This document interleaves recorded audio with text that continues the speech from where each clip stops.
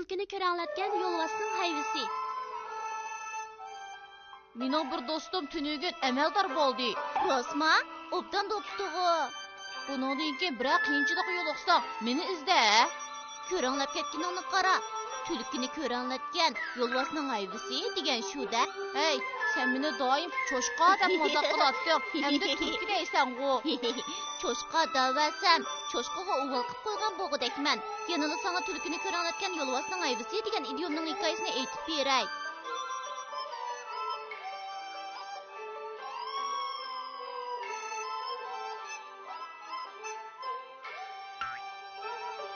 Anglışımca, şimaldaki bəylər Cavşişüdən bəkli qo'qidikan.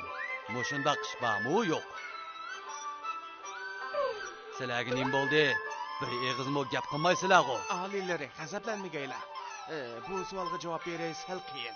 Sizlarga bir hikoya so'zlab beray. Ma'qul, men hikoya anglashga bəkli amram. Burunning burinisida Yugray, tez yugray. Tez yugray. Bo'ldi, avar bo'lma. Bari qo'limdan qechib qutulolmaysan.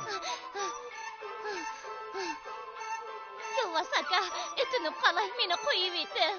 Hamma narsaning foydali tarafi bo'ladi. Agar seni yesam, cho'qim aqlli bo'lib ketaman. To'xta, meni yeyishga nima eding? Mening kimligimni bilamsan. Kim bo'lishing bilan mening nima ko'rim? Ishqilib, podshohning armak hayvoni bo'lmasang bo'ldi.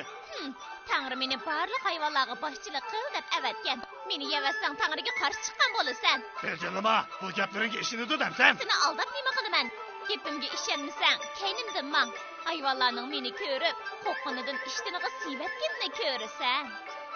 Rahma, agar meni aldasang, men seni yeb etaman.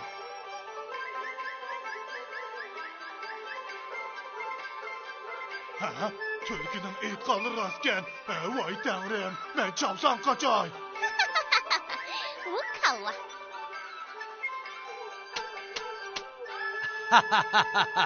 Bu yo'lbos haqiqatan hamoqatgan.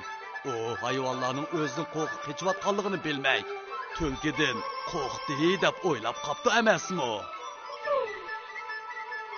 Alilari, amaliyotda sizlar mushu hikoyadagi yo'lbos. Nima?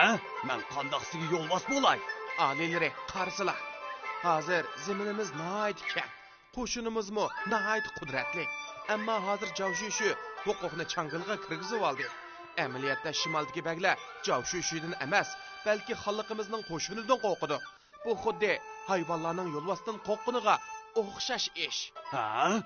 Aslida mundaqkanda.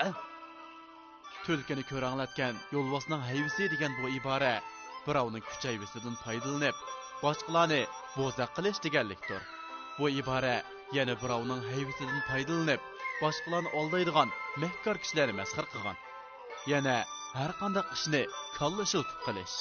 Qarg'ulacha ish qilmaslik kerakligini tushundiradi. Qarg'anda odamning aqlli bo'lgani yaxshi ekan.